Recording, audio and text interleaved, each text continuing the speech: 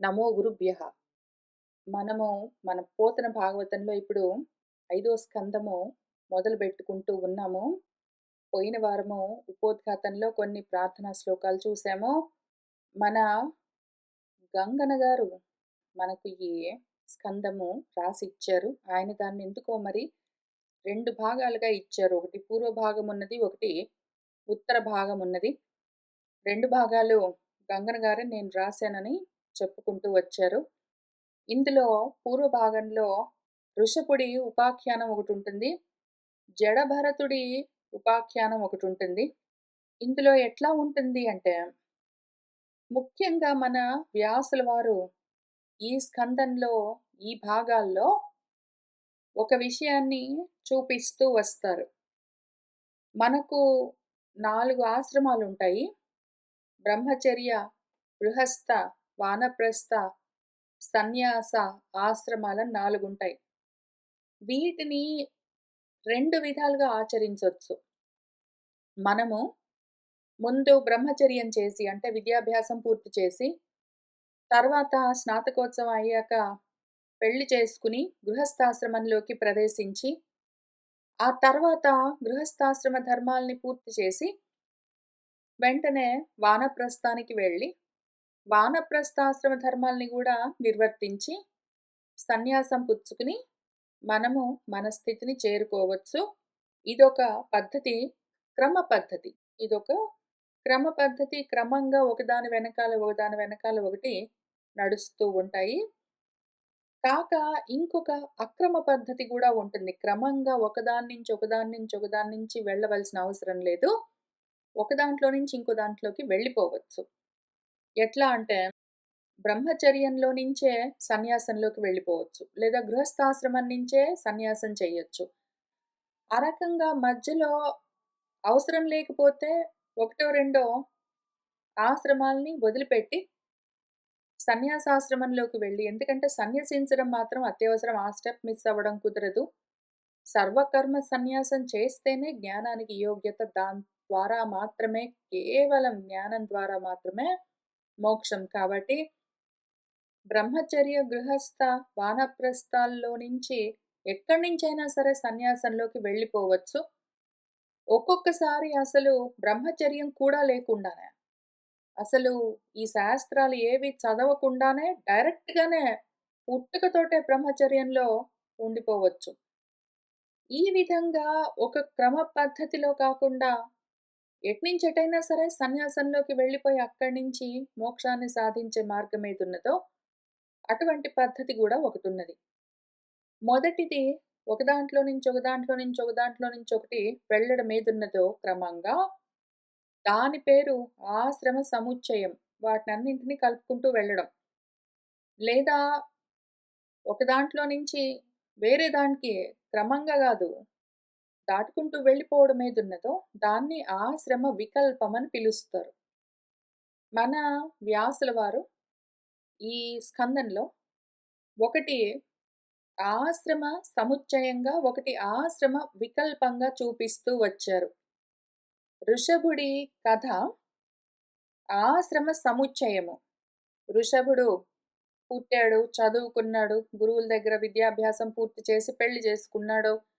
ఆ తర్వాత బిడ్డల్ని కన్నాడు, రాజ్యపాలన చేశాడు, తన పుత్రుల్ని చూసుకున్నాడు. తర్వాత వాళ్ళని పెంచి వృద్ధిలోకి తీసుకొనొచ్చాక రాజ్యాన్ని వాళ్ళకి అప్పజెప్పి ఆయన వానప్రస్థం తీసుకుని, ఇంకా తర్వాత ఆయన సన్యసించి తన స్థితిని చేరుకున్నాడు అని ఋషభుడి ఉపాఖ్యానంలో ఆశ్రమ సముచ్చయాన్ని చూపిస్తూ వచ్చారు. ఆ తర్వాత ఆయన కొడుకు భరతుడు. భరతుడి విషయంలో ఆశ్రమ వికల్పాన్ని చూపిస్తూ వస్తారు మన గురువుగారు వ్యాసుల వారు. ఇంత మాత్రమే కాకుండా ఇంకొక పద్ధతిలో గూడా చూపిస్తారు. మన ఋషభుడి కథ ద్వారా ఒకే జన్మలో ఈ ఆశ్రమాలన్నీ దాటుకుంటూ అదే జన్మలో తన స్వస్థితిని చేరడం చూపిస్తారు. భరతుడి విషయంలో కొన్ని జన్మలు పట్టింది అని చూపిస్తారు. ఈ విధంగా మార్గాలు వేరైనా గమ్యం ఒక్కటే అని చూపిస్తూ చాలా సుదీర్ఘంగా విచారణ చేస్తారు మన గురువుగారు. మనం వాటిని చూస్తూ వెళ్దాము. అప్పుడేం జరిగిందంటే, మన శుకుల వారిని పరీక్షిత్ కొన్ని ప్రశ్నలడిగాడు. ఎట్లా అంటే, మన ప్రియవ్రతుడు నారదుడి నుంచి బ్రహ్మోపదేశం పొంది, ఆ తర్వాత ఆయన పెళ్లి చేసుకుని గృహస్థాశ్రమాన్ని స్వీకరించి, బిడ్డల్ని కని, పెంచి, రాజ్యపాలన చేసి, అవన్నీ చేసి, మళ్ళీ ఆయన తర్వాత వాటిని వదిలిపెట్టి, తన గురించిన ఆలోచన చేసుకున్నాడు, తనని చేరాడు అని చెప్పారు గదండీ! అది ఎట్లా జరుగుతుంది? కుదురుతుందా? అట్లా కుదురుతుందా? ఒకసారి ఆత్మోపదేశం పొందిన తర్వాత మళ్ళీ అనాత్మల్లోకి మనసు వెళ్తుందా? ఒకవేళ వెళితే కూడా మళ్ళీ వెనక్కి రాగలుగుతుందా? ఒకవేళ ఈ విధంగా జార్జారిపోతూ ఉన్న మనసు ఆ ఆత్మతత్వాన్ని పోగొట్టుకున్నాక ఇంకా ఎట్లా నిలబడి ఉంటుంది? భార్య, భర్త, బిడ్డలు, ఇల్లు అని వాటిలో తగులుకున్న మనసు నిజంగా వెనక్కొచ్చేందుకు అవకాశం ఉంటుందా? అని ఈ విధమైన సంశయాలు కలిగితే, అవన్నీ ఆ ప్రశ్నలన్నింటినీ మన పరీక్షిత్ శుకుడికి చెప్పి, వాటికి జవాబు చెప్పండి నాకు అని అడిగాడు. ఇంకిక్కడి నుంచి మన శుకుల వారు మనకు ఉపదేశం మొదలు పెడుతూ ఉన్నారు. ఆయనేం చెప్తున్నారంటే, హరిచరణాంబుజం మకరంద రసావేశిత మనఃప్రధానుడగు సత్పురుషుడు ఒకవేళ విఘ్నమున్ పొరసినన్ తన పూర్వ మార్గమును విడువడు ఇలన్. ఎవడైనా ఒకడున్నాడనుకో, వాడు సత్పురుషుడు. వాడు అసత్పురుషుడు గాదు. అసత్ మార్గంలో, ప్రపంచ మార్గంలో వెళ్ళట్లేదు. సన్మార్గంలో ఉన్నాడు.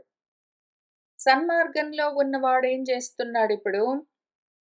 హరి యొక్క చరణాంబుజముల మకరందాన్ని, ఆ రసాన్ని పూర్తిగా ఆవేశింపచేసుకున్న మనసుతో ఉన్నవాడు. వాడి మనసు వాడికి ప్రధాన అంగమై ఉన్నది. దాన్నిండా హరి గురించిన రసము నిండి ఉన్నది. ఆ సారము నిండి ఉన్నది. ఆవేశించి ఉన్నది పూర్తిగా. ఆ విధంగా ఉన్నవాడు ఎప్పుడైనా సరే, ఒకవేళ ఏ కారణానికైనా సరే, మళ్ళీ ప్రపంచంలోకి వెళ్ళవలసి వస్తే కూడా, ఏదో కారణానికి ఒకవేళ వాడు విఘ్నాన్ని పొరసినన్, వాడికి విఘ్నం కలిగినా కూడా, మధ్యలో అటు సైడు ప్రపంచంలోని కర్మల్లోకి, అసత్ పదార్థాల్లోకి వెళ్ళవలసి వచ్చినా కూడా, మళ్ళీ వెనక్కి రాగలడు. తన పూర్వ మార్గాన్ని ఈ ఇలలో, ఇక్కడ ఈ లోకంలో వాడు విడువడు. ఒకవేళ అటు జారినా మళ్ళీ వెనక్కు ఇటు వస్తాడు అని చెప్పారు. ఇది చాలా ముఖ్యమైన విషయము. దీన్ని కొంచెము లోతుగానే మనం విచారణ చేద్దాము. ఇక్కడ చిన్న కందపద్యంలాగా కనిపిస్తుంది. చాలా సింపుల్ విషయం. గురువుగారు, ఒకవేళ ఎవడైనా సరే ఆత్మారాముడై ఉంటే, వాడు మళ్ళా ఇంద్రియారాముడు అవుతాడండి. ఒకవేళ ఇంద్రియాల్లోకి వెళ్ళిపోయాడంటే, ఆత్మ వైపుకి మళ్ళీ రాగలడా? అసలు వాడెందుకు జారుతాడండి? జారిన వాడు మళ్ళీ వెనక్కి ఎట్లా వస్తాడు? అసత్తులో తగులుకున్న బుద్ధి మళ్ళీ వెనక్కొచ్చి సత్తునెట్లా పట్టుకోగలుగుతుంది అని నువ్వు అడిగావు గాని, ఒకవేళ ఒక్కసారైనా సరే సత్తును పట్టుకుంటే మాత్రము, మళ్ళీ ఏ కారణానికైనా అసత్తులోకి వెళ్ళవలసి వస్తే, ఆ సత్తుని వాడు వదిలిపెట్టడు గాబట్టి మళ్ళీ తిరిగి వస్తాడు, అనుమానం లేదు అని చెప్తూ ఉన్నారు. అవును, అంతా బానే ఉంది గానీ, నిజంగానా? నిజంగానా ఆ 100% ప్రతి సెనారియోలో ఇట్లానే జరుగుతుందా? వేరే రకంగా గూడా జరిగే అవకాశం ఉన్నదా? ఎక్కడైనా జరిగిందా? అని నేను గూడా విచారణ చేసుకున్నాను. ఇక్కడ మన శుకుల వారు పరీక్షిత్‌కి ఈ పద్యం ఎందుకు చెప్పారంటే, ఎగ్జాంపుల్ మనకు ప్రియవ్రతుడు. ప్రియవ్రతుడు అని ఒక సాధకుడున్నాడు. వాడికి సత్తు గురించిన జ్ఞానం కలిగింది. అయినా కారణాంతరాల వల్ల ఏదో విఘ్నం సంభవించింది. ప్రపంచంలోకి వెళ్ళాల్సొచ్చింది. కానీ వాడు మళ్ళీ వదిలిపెట్టకుండా వెనక్కొచ్చాడు అని ఈ స్పెసిఫిక్ ఎగ్జాంపుల్ గురించి, ప్రియవ్రతుడి గురించి చాలా ఫోకస్డ్‌గా ఈ పద్యాన్ని మన శుకుల వారు చెప్పారు. అయితే ప్రియవ్రతుడు కాకుండా గూడా చాలామంది ఉంటారు మరి. అందుకని అటువంటప్పుడు ఇక్కడ ఏం జరుగుతుంది? మిగిలిన ఆల్టర్‌నేట్ సినారియోస్ ఏమి? అని కూడా నేను ఆలోచన చేసుకున్నాను. ఒక 7 రకాల సినారియోస్ కనిపించాయి నాకు. 7 రకాల సినారియోస్ కనిపించాయి.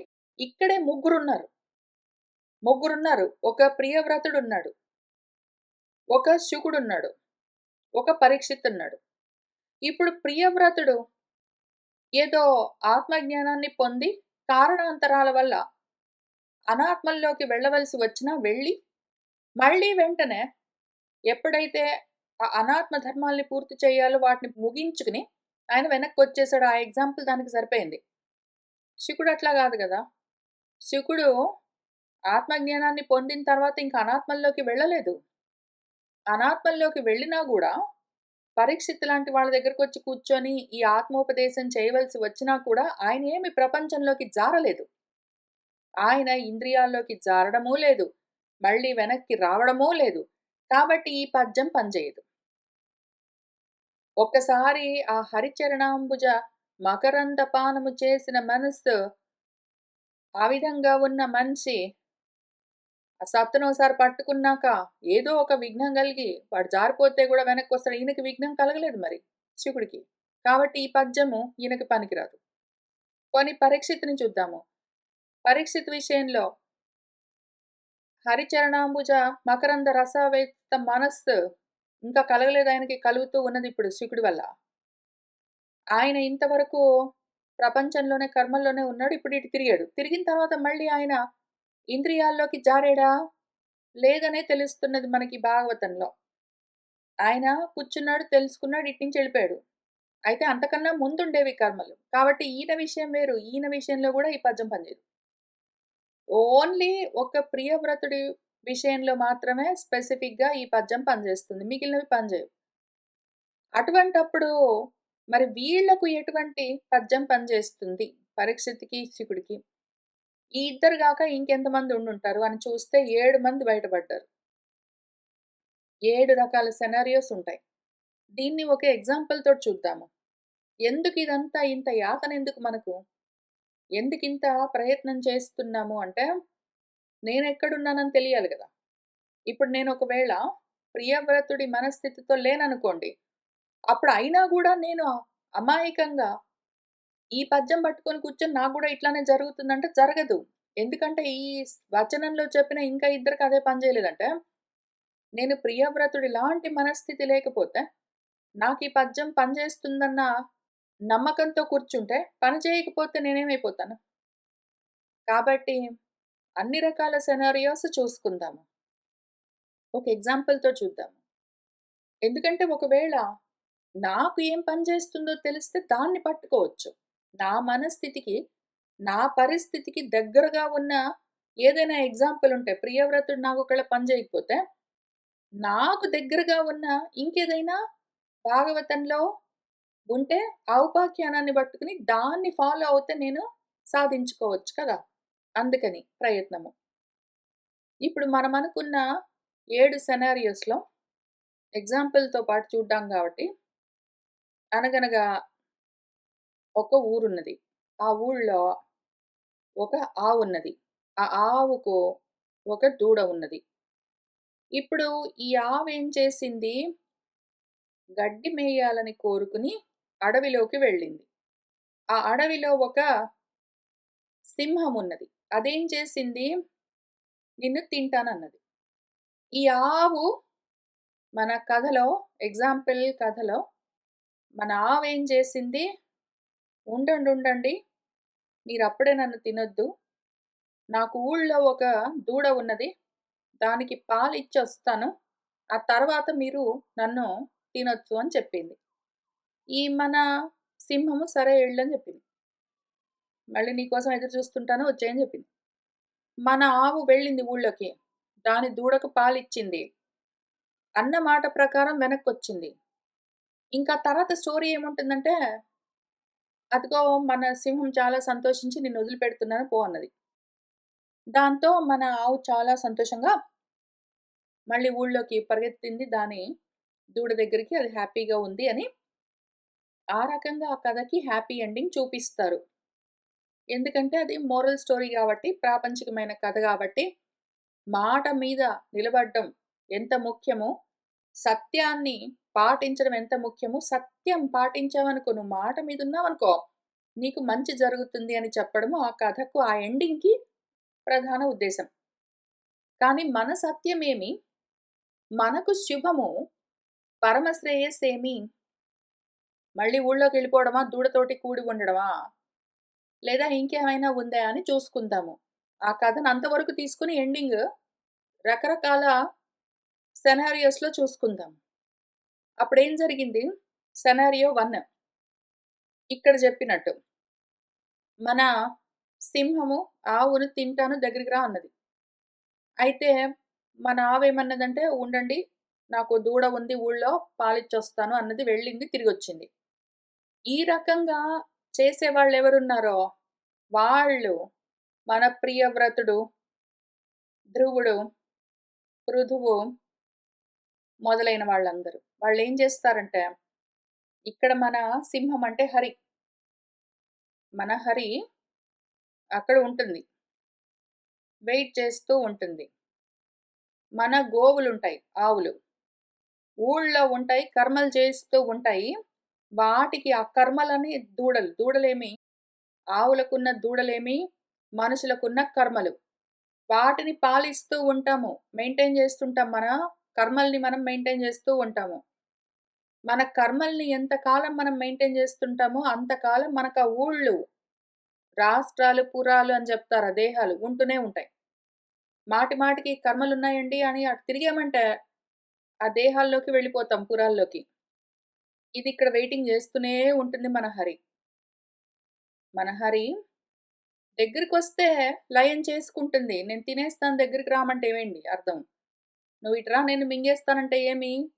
దేహ భావనలు మొత్తం అన్నీ లయం చేస్తాను, నాలో కలుపుకుంటాను. అదే గదా మనకు కావాలి. అందుకోసము మన వాళ్ళు వెళ్తారు. వెళ్ళి దూడ ఉన్నదండి అని చెప్పి, సరే అయితే మరి నీ దూడ ఉన్నది గదా! వెళ్ళు. ఆ దూడకు పాలిచ్చి రా మరి అని చెప్తే వెళ్ళి ఆ కర్మలు పూర్తి చేసుకొని, గృహస్థాశ్రమం తీసుకొని, పెళ్ళిళ్ళు చేసుకొని, పిల్లల్ని కని, వాళ్ళని పెంచి, రాజ్యాల పాలన చేసి, ఊళ్ళేలి, ఉద్యోగాలు చేసి, బిల్లులు కట్టి, ఇళ్ళు కట్టుకుని, గృహప్రవేశాలు చేసుకొని, ఏంటేంటో చేసుకొని, మొత్తం అయ్యాక మళ్ళీ వెనక్కి తిరిగి వస్తారు. ఇవన్నీ చేసి కూడా మళ్ళీ వెనక్కి తిరిగొచ్చి ఆత్మలో లయమైపోతారు. వాళ్ళ స్థితిని వాళ్ళు చేరుకుంటారు. హరిలో చేరుతారు. ఆ రకంగా చేసేవాళ్ళు కూడా ఉంటారు. రెండో రకం వాళ్ళుంటారు. దూడకు పాలిచ్చి వస్తాను అని వెళ్ళి, ఇంక రారు. ఇక్కడ ఆ హరి ఉంటుంది గదా! సింహము నిన్ను తినేస్తాను అంటే, నిన్ను లయం జేసుకుంటాను అంటే, ఆ! ఉండండి, ఉండండి నాకు కర్మలున్నాయని అటు పడిపోయి, ఆ కర్మల్లోనే దిగబడి ఇంక సంసారంలోనే వెనక్కి తిరిగి రారు. అట్లాంటి వాళ్ళు గూడా మన దగ్గర ఇప్పుడు లేరు పాపం. వస్తారు, కొన్నాళ్ళు కూర్చుంటారు. ఇదిగో వాటన్నింటిని వదిలిపెట్టి అవన్నీ మోహము, వాటన్నిటిలో నుంచి బయటపడు అని చెప్తే నచ్చదు. కొన్ని పనులున్నాయండి అవి చూసుకొనొస్తాను. ఇప్పుడు కుదరట్లేదు. 2 వారాల తర్వాతొస్తాను, 3 నెలల తర్వాతొస్తాను, వచ్చే ఇయర్ ఒస్తాననుకుంటూ వెళ్ళిన వాళ్ళు ఇంక రాకుండా అటే బోయారు. అట్లాంటి వాళ్ళుంటారు.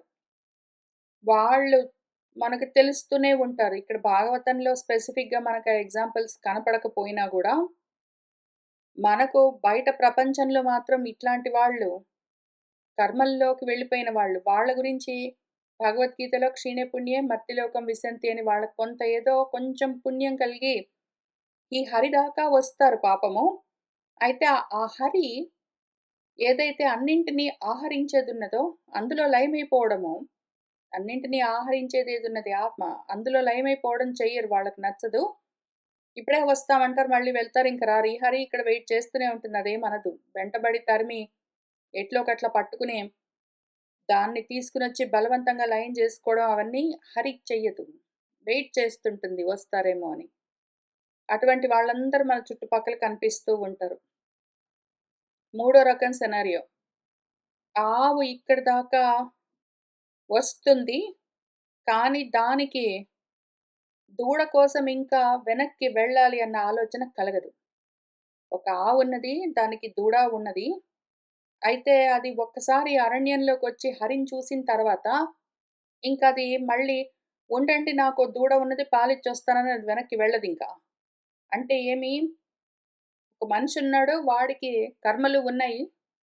వాడెప్పుడైతే ఈ ఆత్మ వైపుకి తిరిగాడో, వాడింక మళ్ళీ వెనక్కి కర్మల్లోకి వెళ్ళడు. ఒకసారి ఇటొచ్చిన వాడు ఇంక అటు వెళ్ళను కూడా వెళ్ళడు.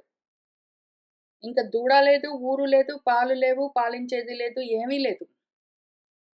కర్మలు లేవు, చేసేది లేదు, ప్రపంచం గురించిన పట్టింపు లేదు. ఇంక వాడు దాన్నొదిలిపెట్టి నిజంగానే సత్తును పట్టుకొని ఇక్కడే ఉండిపోతాడు. ఆ రకంగా ఉన్నవాళ్ళెవరు మనకి ఎగ్జాంపుల్స్? కర్దముడున్నాడు for example. మన కర్దముడేం చేశాడు? ఆయన ఎప్పుడైతే జ్ఞానాన్ని సాధించాడో, ఆయన ఇంక మళ్ళీ వెనక్కి వెళ్ళలేదు. ఆయన సన్యసించాడు, వెళ్ళిపోయాడు. ఆయన గూడా మళ్ళీ మన కర్దముడిని గూడా ఆశ్రయ సముచ్చయంలోనే చూపించారు. ఆయన ఒకసారి ఇటొచ్చాడు, చూసుకున్నాడు, ఇంక వెనక్కి తిరిగి వెళ్ళలేదు. మళ్ళీ కర్మల్లోకి. అట్లాంటి ఎగ్జాంపుల్స్ ఒక్కొక్క చోట మనకు కనిపిస్తూ ఉంటాయి. తర్వాత నెక్స్ట్ సినారియో. అసల ఆవుకు దూడ గూడా లేదు. ఆవుంది గానీ దానికి దూడ లేదు. అది ఇంతకుముందు ఊళ్ళో ఉండేది. ఒక్కసారి అరణ్యంలోకొచ్చింది. ఇంక వెనక్కి వెళ్ళవలసిన అవసరం లేదు దానికి టెక్నికలీ. ఆవుకి దూడ లేనే లేదు. ఆ మనిషికి ఇంక కర్మలు లేవు. దానికి ఎగ్జాంపుల్ ఎవరు? ఇదిగో మన శుకుల వారు. ఈ ఆవున్నది గోవు. దానికి దూడ లేదు. అదొక్కసారి ఆత్మను పట్టుకున్నదంటే ఇంక అక్కడి నుంచి ప్రపంచంలోకి వెళ్ళడమే లేదు. అయితే కానీ, ఇంద్రియాల్లోకి చ్యుతమవ్వడం లేకపోయినా గూడా, అప్పుడప్పుడు ఊళ్ళోకి వచ్చినట్టుగా కనిపిస్తూ ఉంటుంది. మళ్ళీ ఇవి 2 రకాలుంటాయి. శుకుడు ఒకటి, ఆ తర్వాతొచ్చే నారదుడొకటి. ఇక్కడ నారదుడి గురించి గూడా చెప్తూ ఉంటారు మనకి. నారదుడెవరు? ఈ నారద ముని, ఈ శుకముని వీళ్ళిద్దరూ ఈ రకంగా దూడలు లేని వాళ్ళు. వాళ్ళకి కర్మలు లేవు. వాళ్ళు ఓన్లీ జ్ఞాననిష్టలో ఉంటారు. మన శుకుడేం చేస్తాడంటే, అడవి లేదు, ఊరు లేదు. ఎవరికి అవసరమో వాళ్ళ దగ్గరికి వెళ్లి ఆయన ఆత్మ విజ్ఞానాన్ని ఉపదేశం చేస్తూ ఉంటాడు. ఇక్కడ మన నారదుడు గూడా అడవి లేదు, ఊరు లేదు. మనస్సులో ఎవరికి ఆ స్థితి కలిగిందో, ఆత్మ జ్ఞానానికి వాళ్ళు సిద్ధమయ్యారో, వాళ్ళకి అక్కడే ఉండి ఆయన ప్రవచనం చేస్తాడు. ఆ అరణ్యంలోనే ఉండి ప్రవచనం చేసే ఆవు, దూడలేని ఆవు నారదుడు. ఊళ్ళోకి వెళ్లి మరి అవసరమైన వాళ్ళకి ఉపదేశం చేసే దూడలేని ఆవు శుకుడు. ఇంక తర్వాత సెనారియో. పలాని ఒక ఆవున్నది. దానికొక దూడ ఉన్నది. అదేం జేసింది అడవిలోకొచ్చింది. హరిని చూసింది. హరిని చూసి అయితే మళ్ళీ అది ప్రపంచంలోకి వెళ్ళిపోయింది. అక్కడి నుంచే అది మళ్ళీ అది ఊళ్ళోకి వెళ్ళి అక్కడి నుంచే ఆత్మను సాధిస్తుంది. అది అడవిలో కూర్చొని సాధించదు. అది ఊళ్ళోకి వెళ్లి సాధిస్తుంది. ఆ రకంగా 2 ఎగ్జాంపుల్స్ ఉన్నాయి మనకి. ఒకటి ఇప్పుడు ఆల్రెడీ మనం చదువుకున్న మన విదురుడు. ఆయన ఆత్మజ్ఞానాన్ని పొంది మన మైత్రేయ మహర్షి నుంచి ఆయనకొక దూడ ఉన్నది. అక్కడ చాలా కర్మలు ఉన్నాయి ఆయనకి. హస్తినాపురం ఉన్నది, ఏంటో ఉన్నది. దాన్ని వదిలిపెట్టి ఇక్కడికొచ్చాడు. అడవిలోకొచ్చి అదిగో మన మైత్రేయ మహర్షి నుంచి ఆత్మజ్ఞానాన్ని పొందాడు. అక్కడి నుంచి అటే హరిని కలిసిపోవచ్చు గదా! అక్కడి నుంచి అక్కడే హరిలో లీనమైపోవచ్చు. మరెందుకు ఆయన మళ్ళీ ఊళ్ళోకి వెళ్ళాడు. మళ్ళక్కడి నుంచి ఆయన తన స్థితిని చేరుకోవాలి. అరణ్యంలో నుంచి గాదు, ఊళ్ళో నుంచి. ఇంకొక ఎగ్జాంపుల్ మన వసుదేవుడి గురించి తర్వాతొస్తుంది. అక్కడొచ్చినప్పుడు చూద్దాము. ఇంకిప్పుడు ఫైనల్‌గా ఒక సినారియో ఏమి అంటే, ఆవు లేదు, దూడ లేదు, ఊరు లేదు, అరణ్యం లేదు, ఉన్నదంతా ఒక్కటే అది నేనే అని ఆ స్థితిలో ఉన్న తత్వం ఒకటుంటుంది. దాన్ని వాసుదేవము అని చూపిస్తారు మన వ్యాసుల వారు. ఇప్పుడిక్కడ మనం చెప్పుకున్న అన్ని సినారియోస్‌లో ఉన్న వాళ్ళ గురించి మనకి భాగవతంలో కథలుంటాయి. ఆయా కథల దగ్గరికెళ్ళినప్పుడు దానికి సంబంధంగా ఒక పద్యాన్ని రాసిస్తారు. ఇక్కడ ప్రియవ్రతుడి గురించి ఔట్ ఆఫ్ కాంటెక్స్ట్ మనం దీన్ని అన్నింటికి అప్లై చేయలేము. ఒక్కసారి వాడు హరిని తెలుసుకున్నాక ఏదైనా కారణానికి విఘ్నం కలిగి వాడు ప్రపంచంలోకి వెళ్ళాల్సొస్తే కూడా మళ్ళీ వెనక్కి వచ్చాడు అన్నది అన్ని చోట్ల పని చెయ్యదు. అయితే మనం ఈ ఒక్క పద్యాన్నే చూసుకొని స్పెసిఫిక్‌గా ప్రియవ్రతుడి గురించి చెప్తున్నారు అని చూసుకోకుండా, అన్ని పరిస్థితుల్లో సినారియోస్‌లో అప్లై చేద్దామంటే, మనకి చెప్తున్న విషయం సరిగ్గా అర్థం కాదు. కాబట్టి ఎందుకోసము ఏ పద్యం ఉన్నది అని ఇన్ కాంటెక్స్ట్ చదువుకోవాలి. ఏదో ఒక పద్యం రాండమ్‌గా ఔట్ ఆఫ్ కాంటెక్స్ట్ తీసి చదువుకోవడం గాదు. ఇన్ కాంటెక్స్ట్ ఒక పద్ధతి ప్రకారం ఒక విషయాన్ని ఎక్స్‌ప్లెయిన్ చేస్తూ చెప్తూ వెళ్తారు మన గురువుగారు. ఇప్పుడు ఇంతవరకొచ్చాం గదా! మన హరి తత్వం చూద్దాము. అక్కడ ఉన్న హరి, ఆ సింహము అదేం జేస్తున్నది ఈ కథలో? ఈ ఎగ్జాంపుల్‌లో అదేం చేస్తుంది అని చూద్దాము. అదక్కడే ఉంటుంది. అది అక్కడే ఉంటుంది. అది ఊళ్ళోకి వెళ్ళదు. అదొకవేళ ఎవరైనా ఏదైనా ఒక ఆవు అటొచ్చింది అంటే ఆహరించడానికి ట్రై తనలో కలుపుకోవడానికి ప్రయత్నం చేస్తుంది. అందుకు కావాల్సిన ఉపదేశాలు చేస్తుంది. అయితే ఒకవేళ ఆ ఆవులు లేదండి నాకు పనులున్నాయి, దూడలున్నాయి వెళ్ళొస్తానంటే, సరే వెళ్ళంటుంది. వెంటబడి దాన్ని చేజింగ్ చేసి కిల్లింగ్ అంతా చెయ్యదు. ఈ హరి ఇక్కడే ఉంటుంది. మళ్ళీ అవెప్పుడైనా ఇటొస్తే మళ్ళీ ప్రవచనం మొదలు. ఆ ప్రవచనంతోటే నేను వేరు, హరి వేరు గాదు ఒక్కటే అని తెలుసుకుంటాడు వాడు. అందులో లయమవుతాడు. అది జరిగినంత వరకు ఇంకిట్లనే నడుస్తుంటుంది. ఆ ఆవు ఊళ్ళోకి వెళ్లి తిరిగి రాకుండా పోవచ్చు. ఊళ్ళోకి వెళ్లి తిరిగి రావచ్చు. ఊళ్ళోకి వెళ్ళినా గూడా తిరిగొచ్చి ఇక్కడ మళ్ళీ హరిని తెలుసుకున్నా గూడా మళ్ళీ ఊళ్ళోకి వెళ్ళి దీని గురించే చెప్తూ ఉండొచ్చు. లేదా ఇక్కడే అడవిలోనే ఉండి దాని గురించి చెప్తూ ఉండొచ్చు. లేదా అందులోనే కలిసిపోవచ్చు. అదే అయిపోవచ్చు. ఈ రకంగా ఏదైనా జేయొచ్చు. కానీ హరి మాత్రం ఇక్కడే ఉంటుంది. అది కదలదు. అది చ్యుతం గాదు. అదక్కడే ఉండి చేస్తూ ఉంటుంది. ఇవన్నీ చూస్తూ ఉంటుంది. ఇవన్నీ చెప్తూ ఉంటుంది. లేదా చెప్పిస్తూ ఉంటుంది. అయితే అట్లా జరగలేదనుకోండి. ఆ హరి దగ్గరికి ఈ ఆవులు రాలేదనుకోండి. నెక్స్ట్ ఆప్షన్ ఏమవుతుంది? ఆ ఊళ్ళోకెళ్ళిన ఆవు ఎల్లకాలం అక్కడే ఉండడానికి అవకాశం లేదు.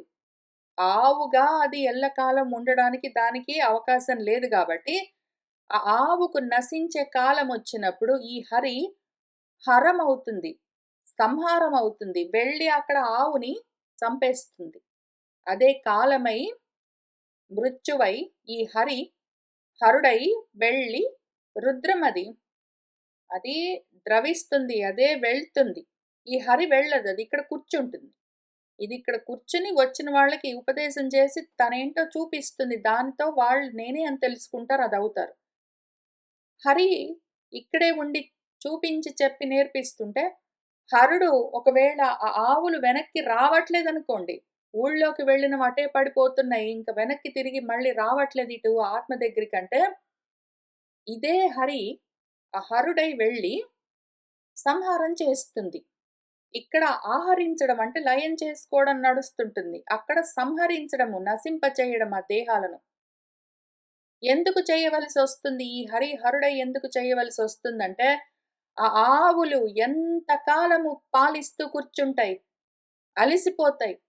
ఆ మనుషులు ఎంత కాలం కర్మలు చేస్తూ ఉంటారు. అలిసిపోతారు. ఆ దేహాలు అలిసిపోతాయి.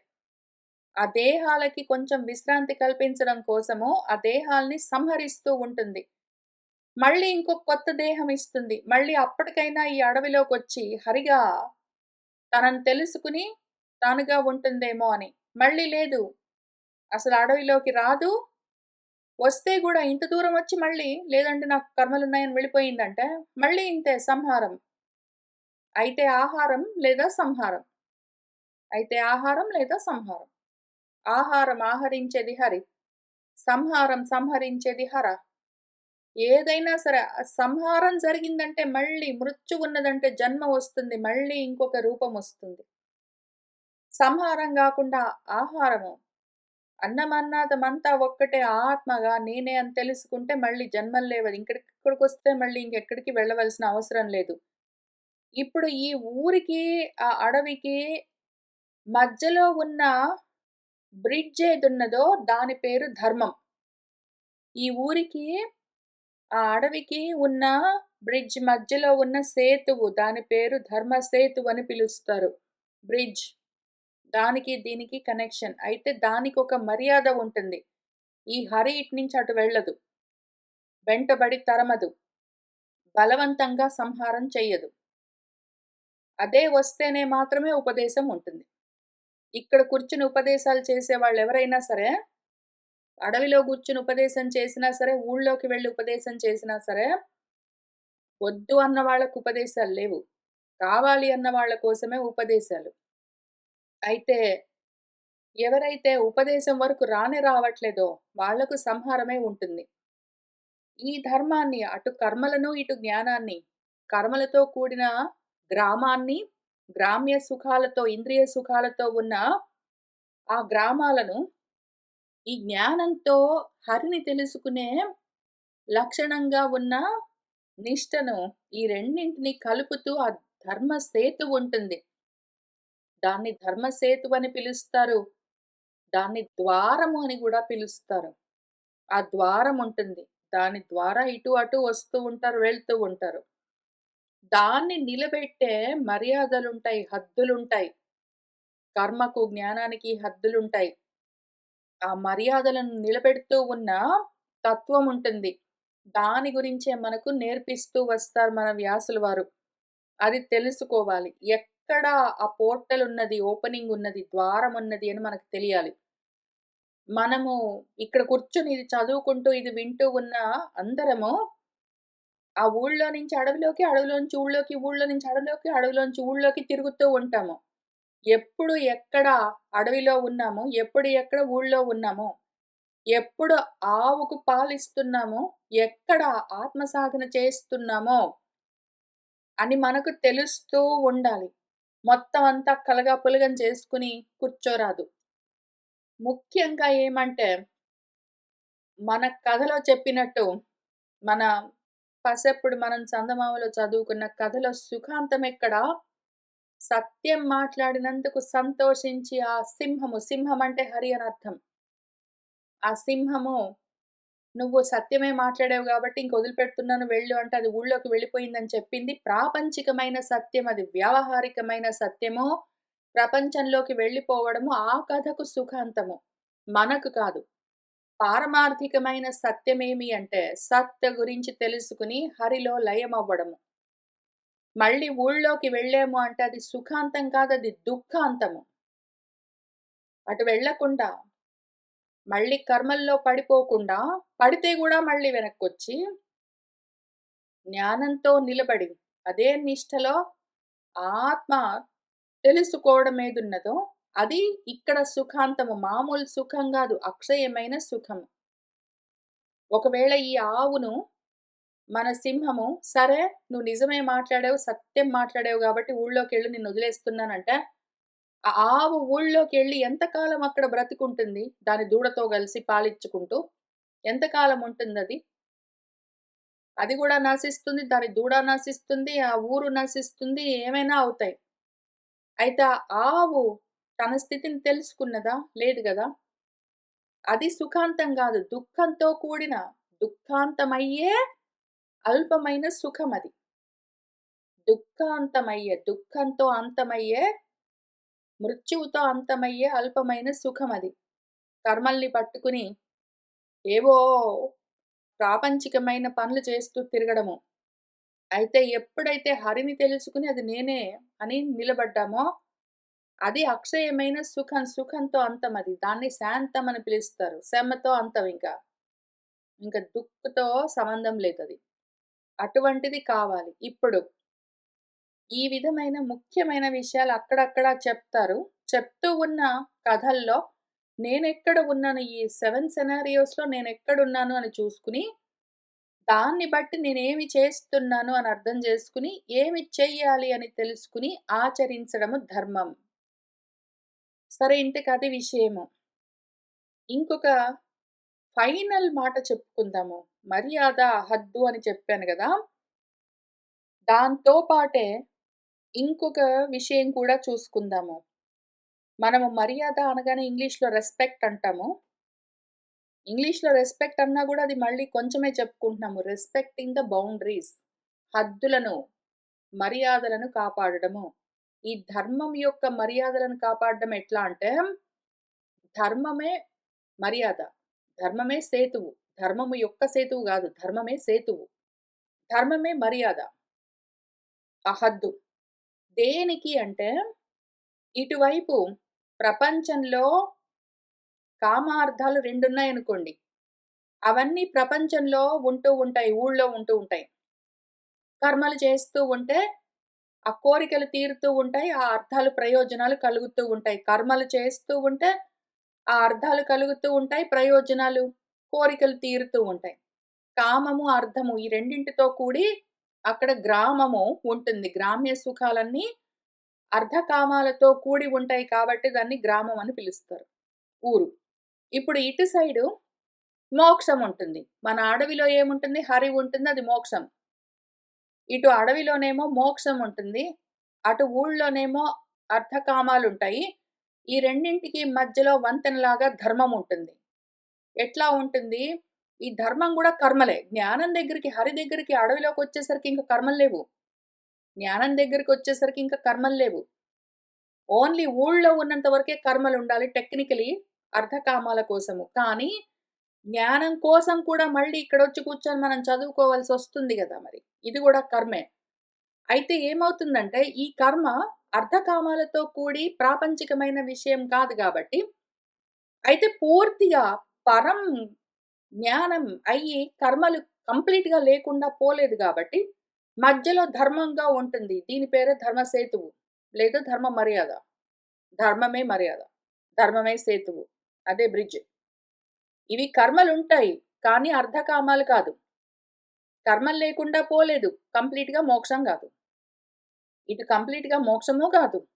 అటు కంప్లీట్‌గా అర్ధకామాలు గాదు. మధ్యలో ఉంటుంది గాబట్టి ఇది నిష్కామమైన కర్మ ధర్మం అని ఉంటుంది. ఆత్మ గురించిన సాధనతో కూడి ఉన్న నిష్కామమైన కర్మ ధర్మం అయి ఉంటుంది. ఆ ధర్మ స్వరూపాలుగా మనకు కృష్ణుడిని, రాముడిని చూపిస్తారు. ఇప్పుడు అది మర్యాద చూసుకున్నాం గదా! దాని పేరు బౌండరీ. ఆ బౌండరీ సెట్ చేస్తుంది. అటు నుంచి ఇటు ఊళ్ళో నుంచి ఇటొస్తున్నావంటే ధర్మాన్ని దాటుకుంటూ రావాలి. ధర్మంతో మాత్రమే ఇటు రావాలి. ధర్మాన్ని మిస్ చేసి, బైపాస్ చేసి అర్ధకామాలతోటి డైరెక్ట్‌గా అడవిలోకి రావడం కుదరదు. ఇప్పుడు ఇంకొక విషయం ఏమి అంటే కంట్రోల్ గురించి మాట్లాడతాం మనం ఎక్కువగా. మర్యాద గురించి ఎట్లా మనకు సరిగ్గా అవగాహన లేకుండా ప్రపంచంలో మర్యాద అనగానే ఏదో రెస్పెక్ట్ వాడిని వీడిని గౌరవించడం అనుకుంటామో, సరిగ్గా తెలుసుకోకుండా అట్లనే ఇంకొక పదాన్ని మనం ఎక్కువగా వాడతాం కానీ సరిగ్గా అర్థం చూసుకోము. దీని పేరేమి అంటే కంట్రోల్. కంట్రోల్ చేయడము అంటారు. కంట్రోల్ చేయడం అంటే నిగ్రహించడం అనుకుంటాము. కంట్రోల్ చేయడము అనగానే వెంటనే నిగ్రహించడం అనుకుంటాము. నా కూతుర్ని కంట్రోల్ చేయడము, నా కొడుకుని కంట్రోల్ చేయడం, నా భర్తని కంట్రోల్ చేయడము, నా శిష్యుడిని కంట్రోల్ చేయడము, నా స్నేహితుడిని కంట్రోల్ చేయడం అంటే నేను వాళ్ళని నిగ్రహించడము, వాళ్ళని అదుపులో పెట్టి ఆపేయడము అని చెప్పుకుంటాము. కానీ ఆ రకమైన కంట్రోల్ కాదిది. ఇక్కడ మెరియం వెబ్‌స్టర్ డిక్షనరీలో కంట్రోల్ గురించి ఎక్స్‌ప్లెయిన్ చేస్తారు. మనము చెప్పుకునే మన ధర్మానికి సంబంధించిన, ఆత్మ ధర్మానికి సంబంధించిన కంట్రోల్ ఏంటో చూద్దాము. ప్రాపంచికంగా కూడా చూపిస్తాను. కంట్రోల్డ్ ఎక్స్‌పెరిమెంట్ అని యూజువల్‌గా ల్యాబ్స్‌లో ఉంటాయి. ల్యాబ్‌లో కంట్రోల్డ్ ఎక్స్‌పెరిమెంట్ అని ఉంటుంది. ఒక కంట్రోల్ పెడతారు. ఏదైనా ఒక స్టాండర్డ్ ఆఫ్ కంపారిజన్ కంట్రోల్ అంటే. ఇప్పుడు ఏదో ఒక బేకింగ్ చేస్తున్నామనుకోండి. బ్రెడ్ బేకింగ్ చేస్తున్నప్పుడు బేకర్స్ ఏం చేస్తారంటే, ఒక 12 లోవ్స్ బ్రెడ్ బేక్ చేయాలి అంటే వాళ్ళు ఒక చిన్న ముద్దని గూడా పక్కన పెడతారు. ఎందుకు అంటే దాన్ని బట్టి మిగిలినవి బేక్ అయ్యాయా? కాలేదా? అని చూసుకోవడం కోసం కంట్రోల్ పెడతారు. స్టాండర్డ్. అట్లానే మనకు బాగా తెలిసిన స్టాండర్డ్ ఏమి అంటే, అన్నం ఉడికిందా లేదా అని చూడాలి అంటే మొత్తం అన్నమంతా పిసికి పిసికి చూడము. ఆ అన్నంలో నుంచి ఒక మెతుకు తీసి దాన్ని చూస్తే వత్తి ఉడికింది అని తెలుస్తుంది. కాబట్టి మిగిలిన అన్నమంతా ఉడికింది అని తెలుస్తుంది. దాన్ని కంట్రోల్ అంటారు. ఆ ఒక్క మెతుకేదున్నదో, అన్నం ఉడికిందా లేదా అని చూడాలి అంటే, మొత్తం అన్నాన్ని మనం పిసికి చూడవలసిన అవసరం లేదు.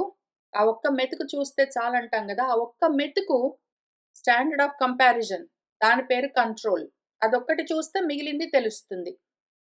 అట్లానే ఇక్కడ గూడా ఒక స్టాండర్డ్ ఉన్నదనుకోండి. నేను నా కూతుర్ని కంట్రోల్ చేయడం అంటే ఏమి? నేను దాన్ని బలవంతంగా నేను చెప్పినట్టు నువ్వు చెయ్యి. నీ ఇష్టం వచ్చినట్టు నువ్వు చేయడానికి వీల్లేదు. అని ఈ రకంగా దాన్ని నిగ్రహిస్తూ వెళ్తే దాని పేరు కంట్రోల్ గాదు. నా కూతుర్ని నేను కంట్రోల్ చెయ్యాలి అంటే స్టాండర్డ్ ఆఫ్ కంపారిజన్ ఒక స్టాండర్డ్ సెట్ చేయాలి నేను. ఒక స్టాండర్డ్ సెట్ చేసి నేనిట్లా ఉంటాను అని చెప్పాలి. అట్లా ఉండి చూపించాలి. చెప్పి నేర్పిస్తూ, చేసి చూపిస్తూ ఒక స్టాండర్డ్ సెట్ చేస్తే, దాన్ని బట్టి అది ఆచరిస్తూ వెళ్ళిందనుకోండి, దాని పేరు స్టాండర్డ్. ఒక స్టాండర్డ్ ఆఫ్ కంపారిజన్ సెట్ చేయడము. లేదా నా భర్తని, లేదా శిష్యుడిని, లేదా కూతుర్ని, లేదా భార్యని, స్నేహితుడిని ఎవరినైనా సరే, నేను కంట్రోల్ ఎట్లా చేస్తాను అంటే, నేనెట్లా ఉండాలో అట్లా ఉంటాను. ఎట్లా ఉండాలో అట్లా ఒక స్టాండర్డ్ క్రియేట్ చేసి, ఆ స్టాండర్డ్‌లో నేను ఉన్నాను అంటే, దాన్ని చూసి మిగిలిన వాళ్ళందరూ ఫాలో అవుతారు గదా! దాని పేరు కంట్రోల్. దాని పేరు కంట్రోలింగ్ మెకానిజం. రామచంద్రమూర్తి ఏం చేస్తారు? ఆయన స్టాండర్డ్ సెట్ చేస్తారు. ఎట్లా అంటే చెప్తారు, చేస్తారు. ఆయన చెప్తూ ఉంటారు, చేస్తూ ఉంటారు. దాన్ని చూసి ఇదిగో మనం ఇట్లా ఆచరించాలి అని మనం నేర్చుకుంటాము. కాబట్టి ఆయన మనల్ని ఎట్లా కంట్రోల్ చేస్తున్నారు? స్టాండర్డ్ ఆఫ్ కంపారిజన్ పెడతారు. ఇదిగో నేనిట్లా ఉన్నాను అని చూపిస్తారు. దాన్ని కంపేర్ చేసుకొని మనం ఎక్కడున్నాము అని ఆచరిస్తూ వెళ్తాము. మన కృష్ణుల వారు గూడా అంతే స్టాండర్డ్ సెట్ చేస్తారు. ఆయన ఒక స్టాండర్డ్ సెట్ చేస్తారు. ఆయన అట్లా ఉంటారు, చెప్తారు. ఆయన చెప్తున్నది విని, ఆయన చేస్తున్నది చూసి మనము అట్లా ఆచరిస్తూ వెళ్తే మనం దాన్ని చేరుకుంటాము. ఆ విధంగా కంట్రోల్ చేయడము. ఇప్పుడిక్కడ మన హరి కూడా అంతే విషయము. మన హరి ఒక స్టాండర్డ్ సెట్ చేసి అక్కడ ఉంటుంది. ఎట్లా ఉండాలి, ఏమి కదా అని చూపిస్తూ అక్కడే ఉంటే, మిగిలిన వాళ్ళందరూ అక్కడికొచ్చి చూసి ఆవులని నేర్చుకుని మళ్ళీ వెళ్తే వెళ్తాయి, వస్తే వస్తాయి. అవేమైనా చేయొచ్చు. ఇది ఇక్కడ స్టాండర్డ్ సెట్ చేస్తుంది అంతే. మళ్ళీ కంట్రోలింగ్ అంటే బలవంతంగా దాని వెంటబడి చేసింగ్ చేసి నిగ్రహించడం గాదు. అక్కడ ఉండి కంట్రోల్ చేస్తుంది అంతే. కంట్రోల్. స్టాండర్డ్ సెట్ చేసి వెయిట్ చేస్తుంది. ఈ స్టాండర్డ్‌నే కంట్రోల్ మెకానిజంనే ఇంకొక మాటతో చెప్పాలి అంటే ప్రమాణం. ఒక ప్రమాణం ఉండాలి. ప్రతి దానికి ఈ హరి ప్రమాణము. ప్రతి దానికి ఆత్మే ప్రమాణము. దాన్ని చూసి మిగిలినవన్నీ అక్కడికే రావాలి. అదెక్కడికి వెళ్ళదు. అది దేన్ని వెతుక్కుంటూ వెళ్ళదు. అన్నీ అక్కడికే రావాలి. ఆ రకమైన కంట్రోల్ మెకానిజం ఒక స్టాండర్డ్ సెట్ చేసి, ఒక ప్రమాణం నిర్ణయించి, దాన్ని బట్టి నువ్వు ఆచరిస్తూ వెళ్ళు అని చెప్తుంది.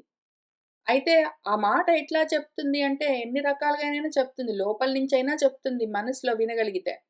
చిత్తమై, వాసుదేవమై లేదా పుస్తకాల్లో రాసిస్తుంది. తస్మాత్ శాస్త్రంతే ప్రమాణం.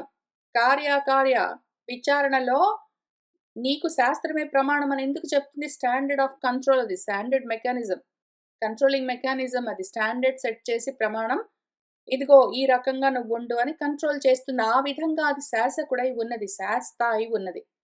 దాన్ని తెలుసుకొని మనం ఫాలో అవ్వవలసి ఉంటుంది. అంటే శాస్త్రాలు ఏదైతే ఆ స్టాండర్డ్ సెట్ చేసి మనకి శాస్త్రాలు ఇచ్చారో, ఆ శాస్త్రాల్లో ఉన్న కంట్రోల్‌ని మనం సరిగ్గా అర్థం చేసుకోవాలి. ఎట్లోకట్లా అర్థం చేసుకొని కన్‌ఫ్యూజ్ అవ్వరాదు. పదానికి కరెక్ట్‌గా అర్థం తెలియాలి. దాన్నట్లా ఆచరిస్తూ వెళ్ళాలి. ముఖ్యమైన విషయాలివన్నీ. ధర్మం అంటే ఏంటి? కంట్రోల్ మెకానిజం ప్రమాణం అంటే ఏంటి? మర్యాద, హద్దులంటే ఏమి? హరి ఎందుకు? హరుడెందుకు? నాకేది శుభమో, సుఖమో? ఏది సుఖాంతము అని ఇవన్నీ కరెక్ట్‌గా తెలియాలి. కన్‌ఫ్యూజ్ కారాదు. నేనెక్కడున్నానని కూడా చూసుకోగలగాలి. సరే ఇంతకీ కాబట్టి ఆ విధంగా ఇక్కడున్న ఒక ఎగ్జాంపుల్ మన ప్రియవ్రతుడి గురించి ఇక్కడ చెప్పుకుంటూ ఉన్న విషయము చూసుకుంటూ వెళ్దాము. అయితే కానీ నేనెక్కడున్నానని ఎప్పుడిదప్పుడు మనము చూస్తూనే ఉండాలి. ఎందుకంటే అక్కడ ఆల్రెడీ స్టాండర్డ్ ఉంది. అక్కడ ఆల్రెడీ కంట్రోల్ అక్కడ ఉన్నది ఆల్రెడీ. నేనెక్కడున్నాను అని చూస్తే అటువైపుకి వెళ్ళిపోవచ్చు. ఏదో సముద్రం మధ్యలో ఉన్న పడవ అదేదో లైట్ హౌస్‌ని చూసి అటువైపుకి బీకన్‌ని పట్టుకొని వెళ్ళిపోయినట్టు, అక్కడ ఆ స్టాండర్డ్ ఆల్రెడీ ఉన్నది. మనం అటు సైడ్ వెళ్ళిపోవాలి. అందుకని నేను ఎక్కడున్నానో, ఆ బీకన్ ఎక్కడి నుంచి వస్తూ ఉన్నది. ఆ ప్రకాశం ఎక్కడున్నదని తెలియాలి. ప్రకాశం ఇంకెక్కడో లేదు. ఆత్మ ప్రకాశం లోపలుంటుంది. అక్కడి నుంచే చూస్తూ ఉండాలి. ఈ పద్యం దగ్గర నా మనసు ఎంత ఆగిపోయిందంటే, ఇప్పుడు నేను చాలా సేపటి నుంచి చెప్తూ ఉన్నట్టుగా అనిపించిండొచ్చు మీకు. కానీ దీన్ని ఒక 2, 3 వారాలుగా మనసులో అదే పనిగా తదేకంగా విచారణ చేస్తూ ఉన్నాను నేనెక్కడున్నానని. నేను మొత్తం చేసుకున్న భావనలో బహుశಃ కొంత భాగం చెప్పుంటాను. కొంత నేనెట్లా విచారణ చేసుకుంటూ ఉన్నాను లోపల అని చూపిస్తూ ఉన్నాను. మీకు పనికొస్తే ఈ విధంగా ప్రతిదీ పట్టుకుని ఆలోచన చేస్తూ ఉంటే మీరెక్కడున్నారు? ఎటు వెళ్తున్నారు? మీరు హరి అయి ఉన్నారు. మీరు గోవై ఉన్నారనుకునేరు కాదు. మీరు హరి అయి ఉన్నారు. అయితే గోవుగా ఉన్నాను, ఊళ్ళోకెళ్తున్నాను, నాకో దూడుంది అనుకుంటున్నారు. ఇప్పుడేం చెయ్యాలి? ఏమి కథ అని తెలుసుకోవడానికి పనికొస్తుంది. ఒకవేళ మీకు అవసరమైతే వాడుకోవచ్చు అని చెప్తూ ఉన్నాను. తర్వాత ధరణీ వల్లభ వినుము. ఆ నరవరుడు ప్రియవ్రతుడు నారదముని సచ్చరణోపసేవ చెందుచు అరుదుగా అధ్యాత్మ సత్రయాగం బందున్ దీక్షితుడై ధరిత్రీ పాలనము తండ్రి పనిచిన సుజ్ఞాన భంగమనుచు అంగీకరింపమిన్ అంతయు తెలిసి పద్మాసనుడు అతనికి అతుల రాజ్యమందుల మిక్కిలి ఆసక్తి పుట్టించుననుచు తన చిత్తమందుల తలచి తారకా పరివృత తారాధిపుని మాట్కి శృతులతో కూడి అచ్యుత విభూతి హంసవాహనుడగుచు ఇంద్రాదులెల్ల కదిసి సేవింప బ్రహ్మలోకమున నుండి సన్మునీంద్రులు తన్ను ప్రశంస చేయన్ అల్లనల్లన ఉడువీధిని అరుగుదెంచె. ఇంకప్పుడు ఎందుకండి గురువుగారు శుకులవారు ప్రియవ్రతుడు ఆత్మజ్ఞానాన్ని పట్టుకుని గూడా మళ్ళీ ఎందుకు ప్రపంచంలోకి, కర్మల్లోకి జారాడండి? మళ్ళీ తిరిగి రాగలడా? అట్లా కుదురుతుందా? అని అడిగితే కుదురుతుంది. చెప్తాను వినేం జరిగిందో. ధరణీ వల్లభా ఓ రాజా పరీక్షిత్ వినుము. ఆ నరవరుడు, ఆ ప్రియవ్రతుడు నారదముని సచ్చరణోపసేవ చెందుచో నారదుడు చెప్పిన ఉపదేశాన్ని సేవిస్తూ, గ్రహిస్తూ అరుదైన ఆ అధ్యాత్మ యోగాన్ని పట్టుకుని ఆత్మసత్రము, బ్రహ్మసత్రం చేయడానికి ఆయన దీక్ష తీసుకుంటూ ఉండగా, వాళ్ళ తండ్రి ఏం చేశాడు? వాళ్ళ నాన్న మనువు ధరిత్రీ పాలనము పనిచిన నువ్వు రాజువై రాజ్యపాలన చేయవలసి ఉంటుంది అని ఆ పనికి నియోగించేసరికి, ఈ విధంగా నేను రాజ్యపాలన మొదలైన పనులన్నీ పెట్టుకున్నాను అంటే, సుజ్ఞాన భంగమవుతుంది. ఆత్మజ్ఞానము నశిస్తుంది అని ఆయన అంగీకరింపమి ఒప్పుకోకపోయేసరికి, ఇదంతా తెలిసి ఆ పద్మాసనుడు బ్రహ్మదేవుడు ఆయన ప్రారబ్ధం, మన ప్రియవ్రతుడి ప్రారబ్ధము అతనికి అతుల రాజ్యమందుల మిక్కిలి ఆసక్తి పుట్టించుననుచు. ఎందుకు అంటే ప్రారబ్ధానికి ఈయన ఉన్నది అనుకుంటున్నాడు గాబట్టి. మూలంలో చాలా క్లియర్‌గా వాళ్ళ నాన్న ఉన్నాడు. నాన్న పెళ్లి చేసుకొని పిల్లల్ని కను, రాజ్యాన్ని స్వీకరించి పాలన చెయ్యి అని చెప్తే, తండ్రి మాటను నేనెట్లా అతిక్రమిస్తాను అని ఆయన మదన పడుతూ ఉన్నప్పుడు, మన బ్రహ్మదేవుడొచ్చాడు అని రాశారు. ఆయనకి ఇంకా ఇవన్నీ ఉన్నాయనే ఆలోచన ఉన్నది కాబట్టే ప్రారబ్ధం అన్న కర్మ ఉన్నది. ఆ కర్మ ఉన్నది అని ఆయన అనుకున్నాడు గాబట్టే దూడకు పాలివ్వవలసిన పని ఉన్నది. ఇక్కడే అడవిలో కూర్చోడానికి కుదరదు. అందుకని మన ప్రారబ్ధము బ్రహ్మదేవుడి రూపంలో ఇప్పుడు వస్తూ ఉన్నది.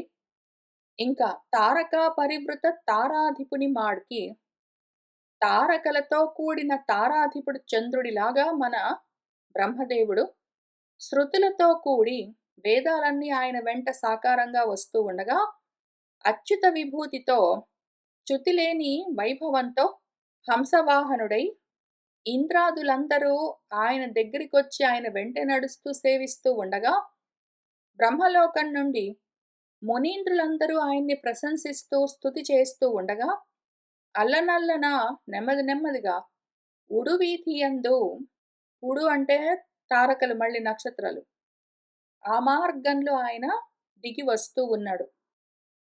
మరియు అయ్యై మార్గంబులయందు సిద్ధ సాధ్య గంధర్వ చారణ గరుడ కింపురుషులు ఇరుదెసల స్తోత్రంబులు చేయుచుండ గంధమాదన ద్రోణులన్ ప్రకాశంబునందించుచు సనుదించిన పద్మాసనునకు నారదుడు స్వయంభువ ప్రియవ్రతులతో కూడి ముకుళిత కరకమలుడై ఎదురు చనుదెంచి సంస్థతి స్థవకంబులను పూజించిరి.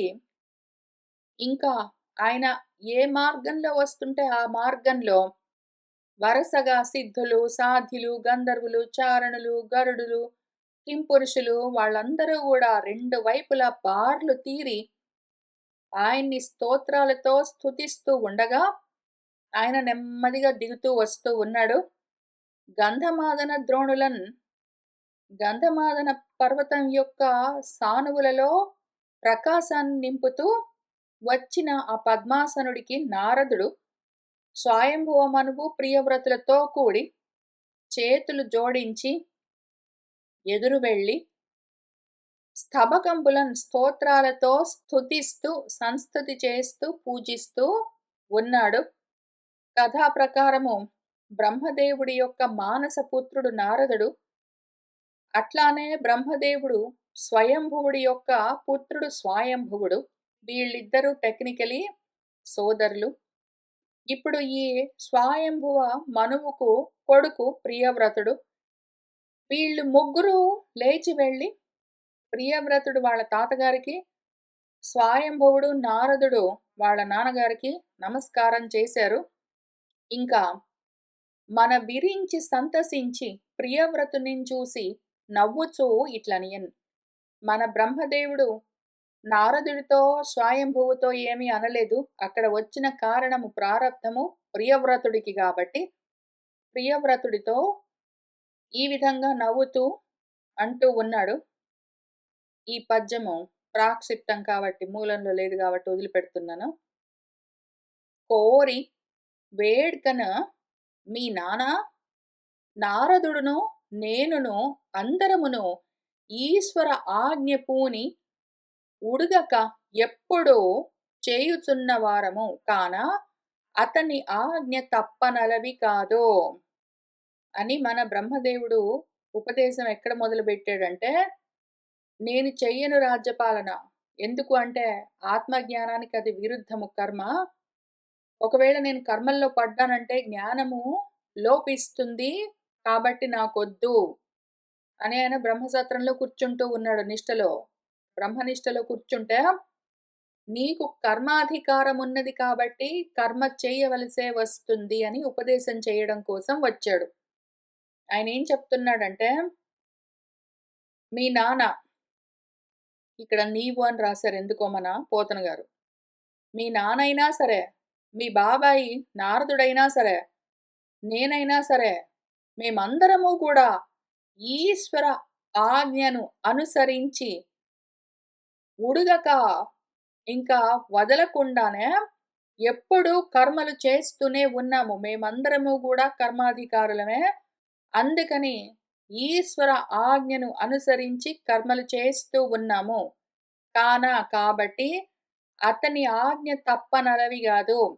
ఈశ్వర ఆజ్ఞను తప్పించుకుని పోలేము.